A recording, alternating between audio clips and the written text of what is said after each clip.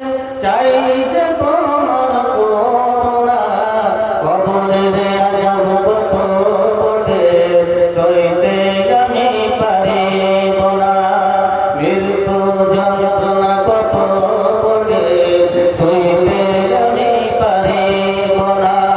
মসজিদের ওই খাটলিখানা আসবে দুয়ারে সবার জানা, মসজিদের ওই খাটলিখানা আসবে দুয়ারে সবার জানা। বইয়ের পাতার গরম পানি শেষে গোসল দিবে সবই জানা। কবরের আযাব কত কঠিন, সইতে আমি পারিব না। মৃত্যু যন্ত্রণা কত কঠিন, সইতে আমি পারিব না। মুনকার নাকির আসবে পাশে, সওয়াল করিবে আমার কাছে। সেই সওয়ালের সঠিক জবাব আমাকে ভুলিয়ে দিও না। কবরের আযাব কত কঠিন, সইতে আমি পারিব না। মৃত্যু যন্ত্রণা কত কঠিন, সইতে আমি পারিব না।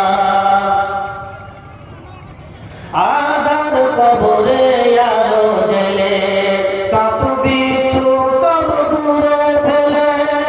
আধার কবরে আলো জেলে, সাপ বিচ্ছু সব দূরে ফেলে।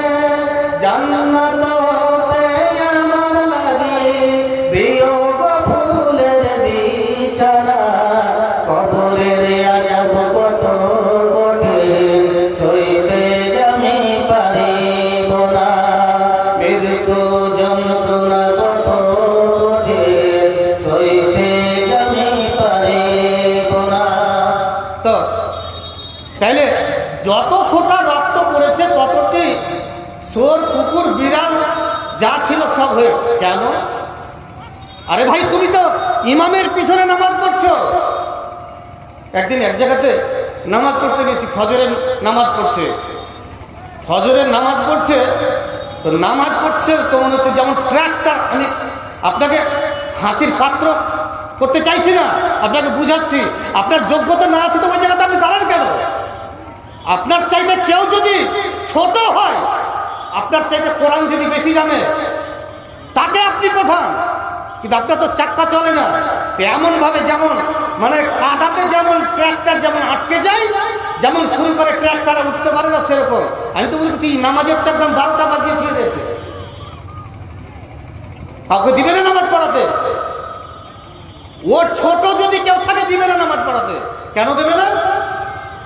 আরে ভাই, তুমি ইমানদার, তুমি ইমানদার।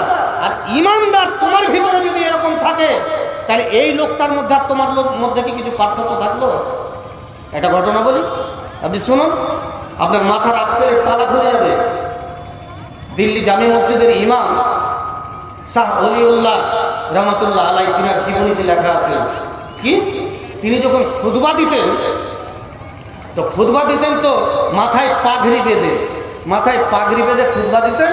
খুতবা দেওয়ার সময়তে পাগড়িটাকে নামাতে নামিয়ে চোখটাকে ঢেকে নিতেন। তো বাইরের একটা লোক একদিন গেছে, একজন যুবক গেছে বলছে, আপনি এত বড় মাওলানা, তো আপনি চোখ ঢেকে খুতবা দিচ্ছেন, এটা কেমন ব্যাপার? তো মাওলানা বলছে, বাজি জানতে চাইছ না? তো বলছে, না, আপনাকে বলতেই হবে। আপনি এত বড় একজন আলেম, আপনি খুতবা দিলেন আর আপনি চোখ ঢেকে খুতবা দিলেন, এটা কেমন কথা? বলছে, জানতেই হবে। বলছে, হ্যাঁ। তো পা খেয়ে আছিস? বলছে, হ্যাঁ। হালাল খেয়ে আছিস? বলছে, হ্যাঁ। তো বলছে, ওকে নিয়ে আসলেন। নিয়ে আসার পরে মেম্বার থেকে শাহ ওলিউল্লাহ নেমে গেলেন। নেমে যাওয়ার পরে ওকে উঠালেন। ভালো করে বুঝুন, আপনাকে ভালো করে বোঝানোর জন্য আপনাকে বলছি। আপনার ঈমান, যে ঈমান আপনার একটু যদি কেউ যদি মানে কথা যদি বলে, আপনার ঈমান টলমটল করতে লাগবে।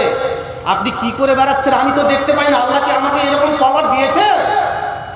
কিন্তু আপনি মুখটাকে পবিত্র করলেন, উজু করলেন আর নামাজ পড়লেন, আল্লাহু আকবার, সূরা ফাতিহা পাঠ করলেন। সূরা ফাতিহার মধ্যে আছে কি আপনি জানেন? সূরা ফাতিহা পাঠ করে সালাম ফিরলেন, আসসালামু আলাইকুম ওয়া রাহমাতুল্লাহ, আসসালামু আলাইকুম ওয়া রাহমাতুল্লাহ। বাইরে বেরিয়ে গেলেন, আর বেরিয়ে যাওয়ার পরে ওই পঞ্জরে দুটা লোক কিলে, ওই পঞ্জরে দুটা লোক কিলে গুদুর ফুসুর গুদুর ফুসুর গুদুর ফুসুর গুদুর সাথে সাথ মিথ্যে আর চুগল করে আপনি আরম্ভ করে দিলেন। আরে বেকুব, তুমি এখনই নামাজ পড়ে এলে, আল্লাহর পবিত্রতা বর্ণনা করে আসলে, আর তুমি এখনই নামাজ পড়তে পড়তে তোর মুখ দিয়ে ওরকম কথা বের হয় কি করে? তুই এখনই না আল্লাহর সাথে কথা বলে আসলি? তুই এখনই বললি ইহদিনাস সিরাতাল মুস্তাকিম, ইয়াকা না'বুদু ওয়া ইয়াকা নাস্তাঈন, আল্লাহ আমি তোমারই ইবাদত করি, তোমারই কাছে প্রার্থনা করি, আর কারোর কাছে আমি চাই না। তুই এখনই বলে আসলি, আর এই পবিত্র মুখখানাকে তুই আল্লাহর ঘরে, যেখানে আল্লাহর সাথে ডাইরেক্ট তুই কথা বলে আসলি, আল্লাহ তোকে দেখছে, তুই আল্লাহকে দেখছিস, ডাইরেক্ট কথা বসলে বলে আসলি, আর কথা বলার পরে আবার মসজিদ থেকে বেরিয়ে তোর মতন হারাম করে দুনিয়াতে বেঁচে যেতে পারবি। তোর নামাজের 5 পয়সার দাম নাই, তোর নামাজের 5 পয়সার দাম নাই। তোর মতো যদি নামাজি যদি দুনিয়াতে না থাকে, আল্লাহর কিছু যায় আসে না। আল্লাহর সাথে মজাক করতে যাচ্ছ, ঠাট্টা করতে যাচ্ছ মসজিদে। তুমি নামাজ পড়তে গেলে, আর নামাজ পড়ে তুমি শুরু করে দিলে, মানে একদম মানে তুমি ভিড় দিলে, কোথায় পেয়েছো তুমি? তুমি মুখটাকে পবিত্র করে গেলে, তুমি মুখটাকে সুন্দর করে গেলে। তোমার নামাজের 5 পয়সার দাম নাই, তোমার ইমানের 5 পয়সা ইমানদারের দাম।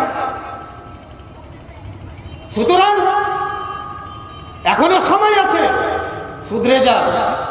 কারণ আমি আগেই বলেছি, আমার ক্ষমতা নয় আপনাকে মারা, আপনাকে আমি মারবো। একজন ভাই 50 টাকা দান করছেন, আল্লাহ যে উদ্দেশ্যে দান করছে, আল্লাহ তার দানকে পূরণ করো। আমার ক্ষমতায় আপনাকে মারা বুঝানো। আমি আগেই বলেছি, আপনার কথা মনোপত হলে আপনি মানবেন, মনোপতি না হলে আপনি ছুঁড়ে ফেলে দেবেন।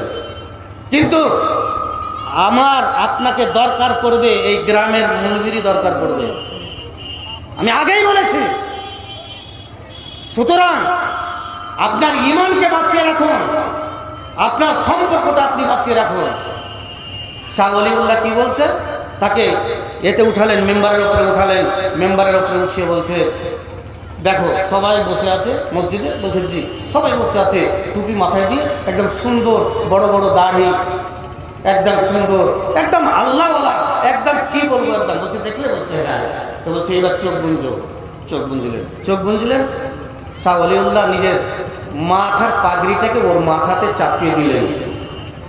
চাপিয়ে দেওয়ার পরে তারপরে কিছুক্ষণ থাকার পরে বলছে এক কাজ করো, এবার তুমি চোখ খুলো। পাগড়িটাকে টেনে নিয়েছে, এবার চোখ খুলো।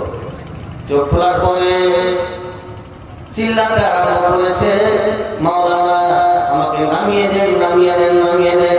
আমাকে যদি না নামান আমি আর বাঁচতে পারবো না, আমি আর থাকতে পারবো না। মনে হয় যে বাস হয়ে যাবো, মনে হয় যে বাস হয়ে যাবো, আমি শেষ হয়ে যাবো। কেন রে, কেন, তুমি কি দেখলে? বলছে মাওলানা, যখন আপনি আমার মাথায় পাগড়ি যখন দেননি, সমস্ত লোককে দেখলাম, আর দেখার পরে দেখলাম যে সবাই বসে আছে একটা কাতারে, মাথায় টুপি মাথায় দিয়ে বসে আছে। যখন পাগড়িটা যখন আমার মাথায় দিলেন, আর পাগড়িটা দেওয়ার পরে যখন চোখটা যখন খুলতে বললেন, চোখটা আমি খুললাম, চোখটা খুলে দেখছি প্রত্যেকটা কাতারে, একটা কাতারে 10টা 15টা 20টা কুকুর দাঁড়িয়ে আছে, বিড়াল দাঁড়িয়ে আছে, শিগাল দাঁড়িয়ে আছে, বাঁদর দাঁড়িয়ে আছে, আর বড় বড় বড় বড় ভূমিকাঙ্গে করে আছে। মনে হয় যে আমার দিকে তাকিয়ে আছে, এমন করে হিংস্র মতো আমার দিকে তাকিয়ে আছে। মনে হয় যে আমাকে খেয়ে নেবে, আমাকে খেয়ে নেবে, আমাকে খেয়ে নেবে। কেন এরকম হলো, কেন এরকম হলো? প্রত্যেকটা কাতারে 10টা 20টা করে কি দাঁড়িয়ে আছে? না তো কুকুরের মতো করে দাঁড়িয়ে আছে, বাদরের মতো করে দাঁড়িয়ে আছে। আপনি কি দেখে বুঝতে পারছেন? আপনি আমাকে বুঝতে পারছেন? আমি আপনার এখানে জালসা করতে এসেছি, আপনি বলছেন মাওলানা সাহেব, আবু বকর মাওলানা জালসা করে বেড়াচ্ছে। বিহারে যাচ্ছি তো ওরা বলছে যে মালদা থেকে মাওলানা এসছে জালসা করতে। আপনি কি আমার ভিতরটা জানেন? যে লোকটি নামাজ পড়তে গেল, এই লোকটিকে ভিতরটাকে আপনি জানেন, দেখেছেন?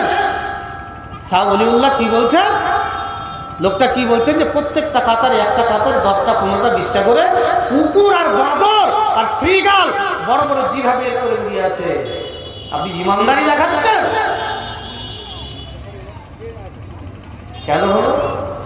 কয়দিন তওবা করেছি, কয়দিন আল্লাহকে বলেছি স্ত্রীটা মারা গেছে 2 ফোঁটা চোখের পানি বাড়াই না, আর মা মরে গেছে তো ওই বাসের ভাইয়ের দোকানে যা তখন করেছে জানিস, হ্যাঁ না তো কি করেছে, হাম্মা মরে গেছে, হাম্মা মরে গেছে। একে আল্লাহ এরকম দেল দিয়েছে যে 2 ফোঁটা চোখের পানি বের করে আল্লাহর কাছে চাইবে। শুনুন, আল্লাহর নবী বলছেন যে এই অপরাধের অপরাধী কারা? কাবিরা গুনাহ। আল্লাহ রাব্বুল আলামিন বলছেন ওয়াল্লাযীনা ইয়াজতানিবুনা কাবায়িরাল ইসমি ওয়াল ফাওয়াহিশা, যারা কাবিরা এবং ফাওয়াহিশা গুনাহ থেকে যারা বেঁচে থাকবে তারাই জান্নাতে যাবে। কাবিরা গুনাহর সংখ্যা মোটামুটি 120টা।